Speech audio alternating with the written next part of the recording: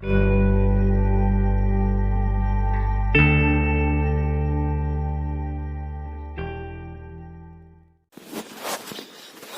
आपका हमारे YouTube channel में स्वागत है।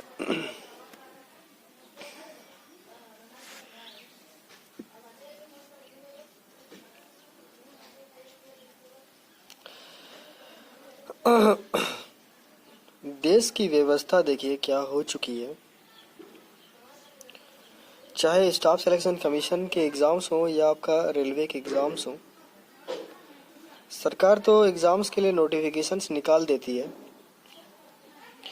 और नोटिफिकेशन निकलने के बाद सरकार जो है ना एग्ज़ाम भी ले लेती है। लेकिन एग्ज़ाम लेने के बाद उसका जो रिज़ल्ट आता है या आगे जो भी आपका अगले फेजेस होने के रहते हैं या फिर आपका मेडिकल हो या डॉक्यूमेंट वेरिफिकेशन हो, ये सब करते करते जो हमारा भारत सरकार है और भारत सरकार के अंतर्गत ही ये जो है स्टाफ सिलेक्शन कमीशन और रेलवे आती है।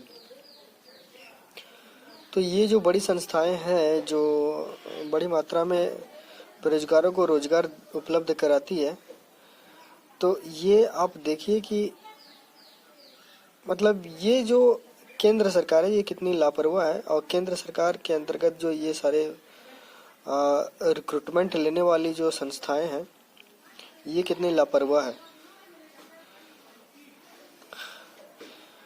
अगर एसएससी एमटीएस रिजल्ट का बात करें तो देखिए एसएससी एमटीएस का एग्ज़ाम जो हुआ था वो 5 अक्टूबर से 2 नवंबर के बीच हुआ था। तो आपका नवंबर, दिसंबर, जनवरी, फरवरी यानी रिजल्ट ये एसएससी एमटीएस का रिजल्ट देने में वो 4 महीना लगा रही है। एसएससी एमटीएस का रिजल्ट देने में 4 महीना लगा रही है। 4 महीने ये कर क्या रही है? चुनाव तो बहुत जल्दी हो जाता है, किसी भी राज्य का चुनाव, अभी 5 राज्यों में चुनाव है, फिक्स डेट में वो चुनाव करा लेती है और नई सरकार हमारे देश में बनकर आ जाती है। मतलब चुनाव हमारे देश के जो बेरोजगार हैं उनको रोजगार देने से ज़्यादा बड़ा है चुनाव कराना इस लोकतांत्रिक सरकार के लिए। मतलब जो मुख्य मुद्दे हैं हमारे देश के,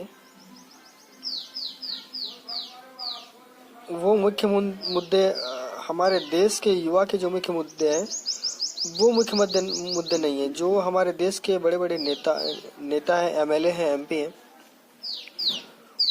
उनका जो मुख्य मुद्दा है चुनाव कराना, वो उनके लिए, पूरे देश के लिए सर्वोच्च प्राथमिक मुद्दा है।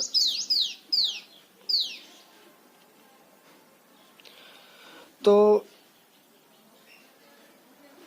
और अगर रेलवे का बात करें तो अभी रेलवे ग्रुप डी एनटीपीसी का सभी को पता ही है कि कितना अभी बवाल हुआ पूरे बिहार में।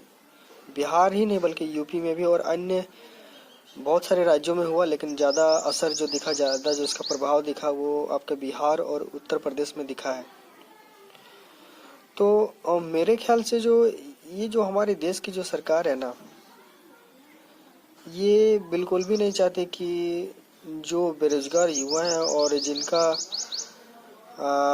सरकारी नौकरी में उम्र खत्म होने जा रहा है, उनको लेकर के ये कोई मतलब उनको परवाह है ही नहीं।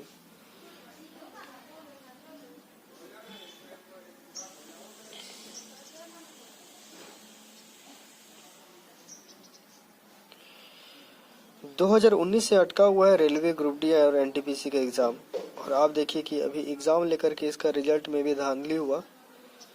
एक बच्चे को 4-4, 5-5 जगह पे पास कर दिया गया और अभी उसका जो रिजल्ट है, रिजल्ट अभी तक आया नहीं है, रिवाइज रिजल्ट का बात करें तो। और रेलवे ग्रुप डी का तो एग्ज़ाम तो होने का तो संभावना है, लेकिन देखिए अब कब तक इसका होता है। ये 5 सदस्यों की एक हाई पावर कमेटी का गठन करती है रेलवे और कहती है कि सबकी बात सुनेंगे। रेलवे विभाग को पता है कि क्या क्या उनकी समस्या है, तो भी वो गठन करती है और टाइम को क्या करती है, एक्सटेंड करती है, टाइम को बढ़ाती है। मतलब टाइम को किस तरह से बढ़ाया जाए, ये उनका सबसे बड़ा मुद्दा है कि किस तरह से टाइम को बढ़ाया जाए, किस तरह से साल को काटा जाए।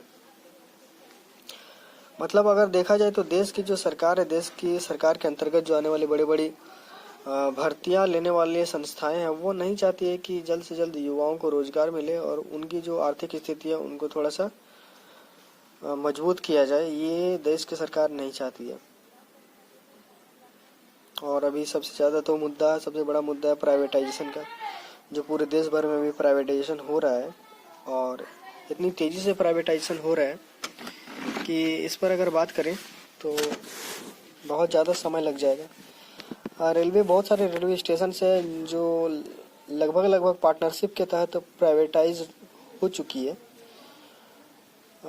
कुछ कुछ ऐसे संस्थाएं भी हैं जो धीरे धीरे प्राइवेट हो रही है।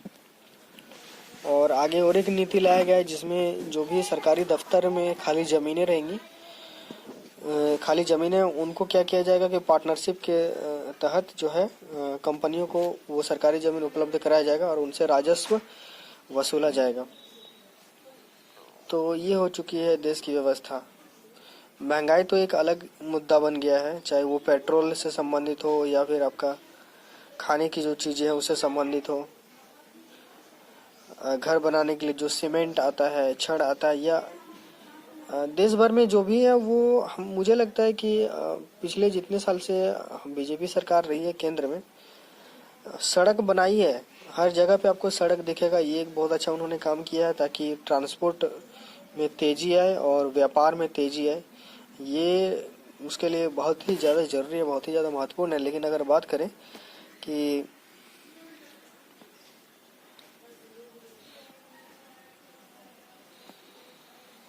देश के बेरोजगारों का, जो पढ़े लिखे बेरोजगार हैं, तो वो अगर कहीं पे, अगर मोदी सरकार चाहते हैं कि कहीं पे वो चाय बेचे, कहीं पे वो पकौड़ा बेचे, तो क्या ये संभव है क्या? जो एमए तक पढ़े लिखे हैं, नौजवान हैं जो एमए पढ़े लिखे हैं, जो पीएचडी किए हुए हैं, क्या वो चाय बेचेंगे? ये मोदी सरकार चाहती है? तो ये सरकार को समझना चाहिए कि आप इतना स्लो क्यों चल रहे हैं। चुनाव तो बड़ी फास्ट हो जाता है, तो सरकारी भर्तियों में इतना इतना इतना रुकावट क्यों है, इतना धीरे धीरे मंदी क्यों है, इतना धीरे धीरे क्यों रिक्रूटमेंट लेती है? ये सरकार को सोचना चाहिए और इस पर जो है एक अलग कमेटी का भी वो गठन कर सकती थी, जो देखती कि जो विभिन्न संस्थाएं हैं जैसे कि यूपीएससी है, आईबीपीएस है, एसएससी है, रेलवे है, तो ये सब भर्तियों में तेजी ला रही है या नहीं, इसका देख रेख के लिए एक अलग से केंद्र सरकार एक कमेटी का गठन करती। वो कमेटी सिर्फ ये देखती कि ये एग्ज़ाम लेने में कितना समय ले रही है, क्या कर रही है। कोरोना तो एक बहाना आप समझिए, ठीक है, सरकारी एग्ज़ाम्स को टालने का। जब चुनाव होता है, लोकसभा चुनाव होता है 2019 में, 2019 में जब लोकसभा चुनाव होता है तो भर्तियां निकालती है और चुनाव जैसे ही सरकार जीतती है, केंद्र सरकार बीजेपी सरकार जीतती है, उसके बाद भर्तियां क्या हो रही है क्या नहीं उसका कोई उनको लेना देना नहीं है। हमारे जो केंद्रीय रेल मंत्री हैं, पहले पीयूष गोयल थे, अभी नए आ गए अश्विनी वैष्णव जी। तो रेलवे के एग्ज़ाम्स अभी तक हुए नहीं, लेकिन 2 केंद्रीय रेल मंत्री जो हैं वो बदल चुके हैं। तो ये चिंता का विषय है कि देश के युवाओं को ना सिर्फ जो है भ्रमित किया जा रहा है और उन्हें एक तरह से आप कहें तो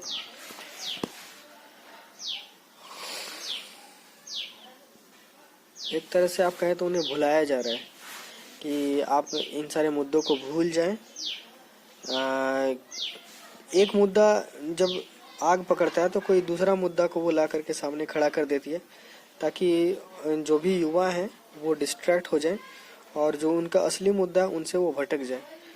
ये आज के सरकार का यही नियम रहा है। तो ऐसा नहीं करना चाहिए। बहुत सारे ऐसे युवा हैं जिनका उम्र समाप्त होने के कगार पर है, मतलब वैकेंसी का बात करें तो बहुत सारे ऐसे फॉर्म है जो अब वो अप्लाई नहीं कर सकते हैं। तो हाथ जोड़कर मोदी सरकार से निवेदन है कि जो भी सरकारी परीक्षाएं रुकी हुई हैं उन पर थोड़ा ध्यान दें, और जो भी परीक्षाएं नहीं हो पाई है उनको उनमें तेजी लाए, या उनके लिए एक कमेटी का गठन करे जो देख रेख करेगी कि एग्जाम्स में कहाँ पे क्या है क्या नहीं है, उनका देख रेख करेगी। ठीक है, तो यही कहना था इस वीडियो के माध्यम से दोस्तों। साथ ही अगर आप हमारे चैनल में नए हैं तो चैनल को सपोर्ट करने के लिए हमारे चैनल को सब्सक्राइब कर सकते हैं, और आप सभी का बहुत बहुत धन्यवाद।